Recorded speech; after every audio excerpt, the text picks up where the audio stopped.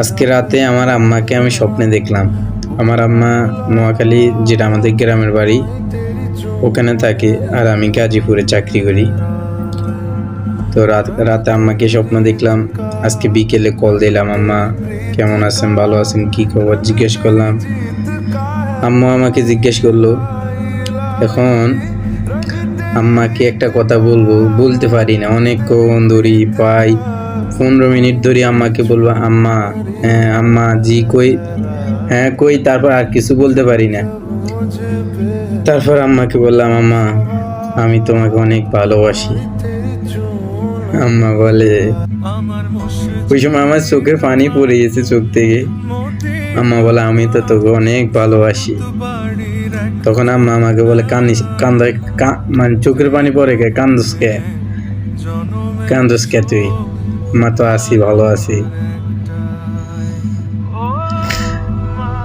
জীবনে প্রথম আমি আমার আম্মাকে বললাম, আম্মা আমি তোমাকে ভালোবাসি। এই রমজান মাসে সবাই সবার মাকে বলো, আম্মা আমি তোমাকে ভালোবাসি, মন থেকে ভালোবাসি।